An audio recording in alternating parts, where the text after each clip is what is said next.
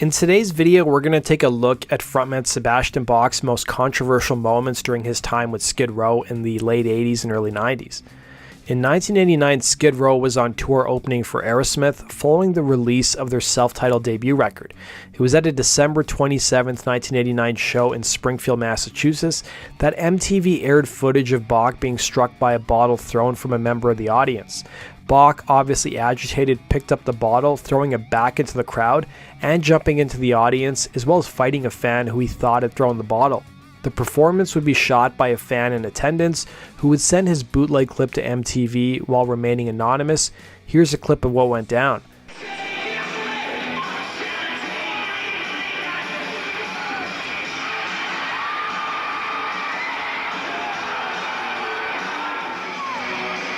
The bottle that Bach would throw into the crowd would strike a 17-year-old girl in the face, and when Bach leapt into the audience, he apparently landed on the same girl and kicked another fan in the chin before being dragged back on stage by his roadies. Bach would be arrested following the show and was charged with 2 counts of assault and battery and 2 counts of assault with a dangerous weapon, as well as 1 count of mayhem, and was freed on $10,000 bail with a trial date set for May 15th. The injured girl would be treated for severe facial cuts and bruises, according to the LA Times. It was shortly after the incident Bach was asked if he apologized to the girl, but the band's manager Doc McGee was quoted as saying, "Sebastian hasn't talked with her yet, but he feels very badly and wants to see if she's taken care of, and he'd like to meet her and make sure she's alright." It was following Bach's court appearance in Springfield that MTV would send a reporter to interview fans who waited outside the courthouse to give their opinions on the matter. He should go to jail or nothing or get arrested. That's not right. It's not his fault for somebody that threw the bottle and hit him in the head with it. Well, I guess he could have dealt it differently, but I know if it was me, I would have went right after him too. If they want to be just, they should get the guy who threw the bottle. And several people we spoke with said that bottle was thrown as the result of a bet. They're standing next to us. They're like, "Oh, I bet you can't hit Sebastian Bach. I'll bet you $50 you won't be able to hit him with the bottle." And then they threw it. Fans say that's negligent, and indications are Sebastian's lawyers will say the same. Civic Center spokesman Mike Graney says the arena's policy of not checking for bottles is a result of another court decision. There was a suit brought against the city, I think 10 years ago, challenging the city's right to search on civil rights grounds. There was an agreement reached in that suit, and that agreement governs our policies and what we can and cannot do. I think there's some sense on several people that we think that should be modified, but as it stands right now, there's a federal court decree that says we can do this and we can't do some other things. We follow that decree. So are you more, as far as you know, restricted than, say, other cities and other venues in other cities? Yeah, I think that's a fair statement. In 1991, Bach would sit down with Kurt Loder to talk about the incident, and here's what he had to say about it. You know, all this, that was just an emotional reaction at the time, because at the time I didn't have any distinction between playing an arena and playing CBGBs. Yeah. And if I was playing CBGBs and I did that, Kurt Loder wouldn't have been talking about it on MTV, because it didn't matter. But if you can't do that. You can't jump in there and kick somebody's ass, I'm not going to do it again. Yeah. If it happens again, I'll just walk off the stage. I mean, I'm on probation right now for physical assault, and if I punch, one more person, that's it. No more Skid Row, So somehow I really don't think that's worth it. Yeah. So you're reining yourself in. Control your demons tour. That's what I call this. Control your demons. Come out, get out, get down, boy, God. Nearly 10 years after the incident happened, Bach would be out of Skid Row, and he would speak with the Hartford Courant newspaper. Bach would claim he paid dearly for the momentary act of rage, saying there was a large cash settlement with the girl in the range of about $500,000, adding that it basically wiped him out. A few weeks after the incident took place, Skid Row, along with Aerosmith, would come through Springfield once again, with Bach revealing he was nervous returning to the city, adding, "I came out for my first tune wearing a steel welding mask. I was really nervous. They actually had X-ray metal detector systems for that show. They don't bring those out too much. So for the whole first song, I sang with that on.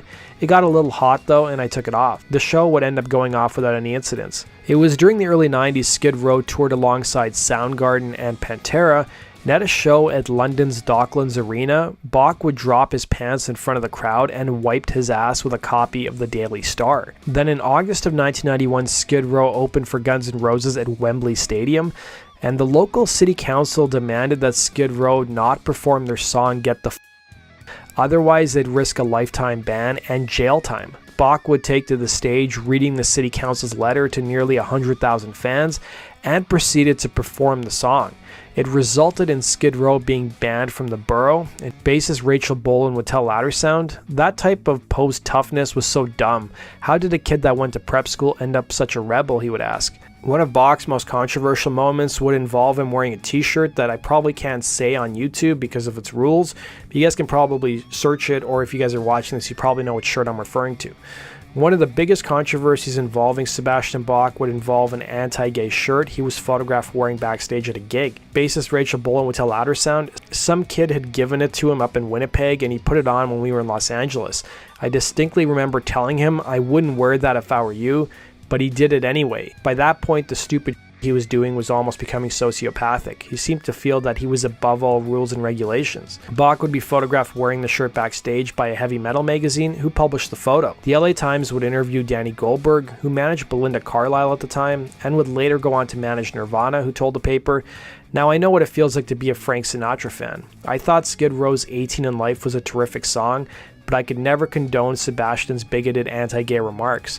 People are entitled to make a mistake, but I couldn't represent anyone who consciously expressed reprehensible attitudes." Actor and writer, as well as son of Donovan Leitch, and his friend David Kaufman would organize a letter-writing campaign to MTV, slamming the channel's, and I quote, "direct or indirect support of Skid Row."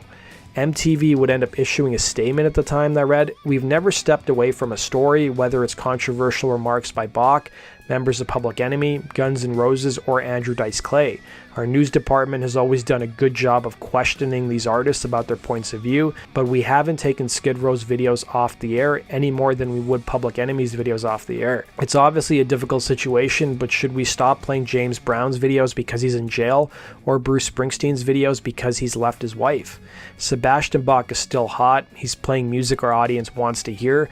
We're not going to protect him. After all, we broke the story. But as long as the public wants to see Skid Row videos, we have the responsibility to give them what they want to see."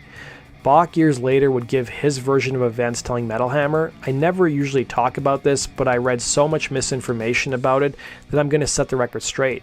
I never wore no f***ing anti-gay t-shirt to an MTV press conference. It's not true. I wore that shirt once in my life. I came off stage in Irvine Meadows in California after Pantera had opened for us. When we finished, I was totally hot and sweaty.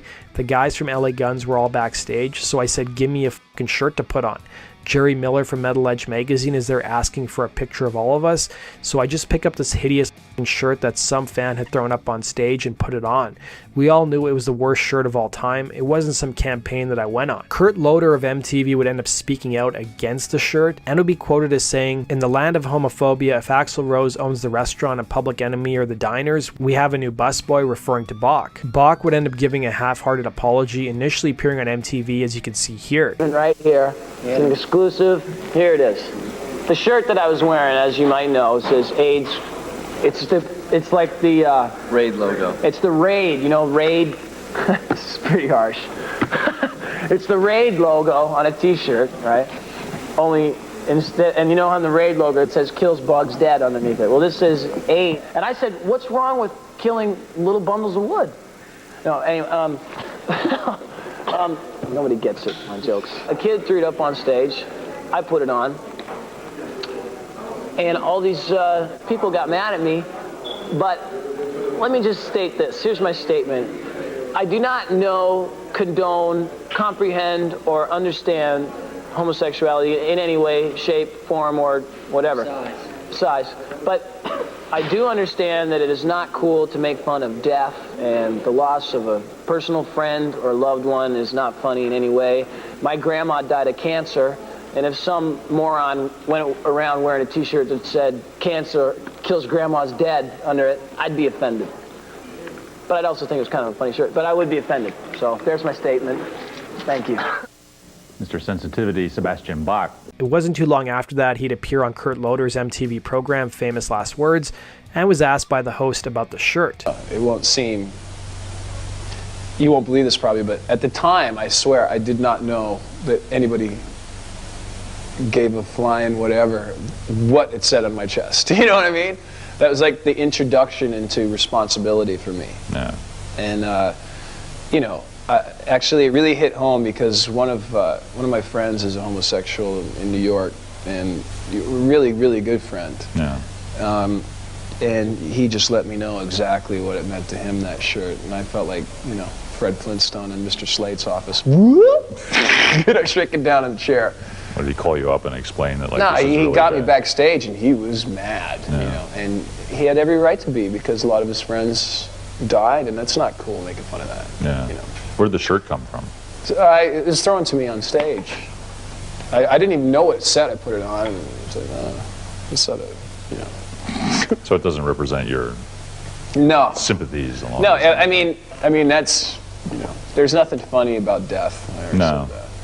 Do you think things have maybe gone too far and everyone's you know losing their sense of humor? what also nailed it home was walking down the street and having a 12-year-old guy in a Skid Row shirt come up to me and goes, "Hey, I hate too." Oh. And I went, wrong. You know, that's a very wrong vibe to put out to people. Yeah. So you think more about these things, Oh, yeah. I would imagine. Unfortunately, yes, I do. Years later, Kurt Loder would be interviewed on Huffington Post long after he left MTV and was asked about the controversy. Come a long way since then. I mean, he's a nice guy. I like him. But in hard rock circles, or if in metal, if you went today, you might find sort of abrasive opinions. You might find them a lot of places you wouldn't expect. Right. But it wasn't unusual for that feeling to be there, but it was not every day that you saw someone wearing a T-shirt with it. Right. And I think you have to respond in some way if somebody's doing that. As I say, he's a nice guy. I like him, but and he's apologized since. Yeah, you know, I don't think people harbor feelings like that, and you'd be surprised how many people do. I mean, sure they still do. That does it for today's video, guys. Thanks for watching. Be sure to like button and subscribe. We'll see you again. Rock and roll your stories. Take care.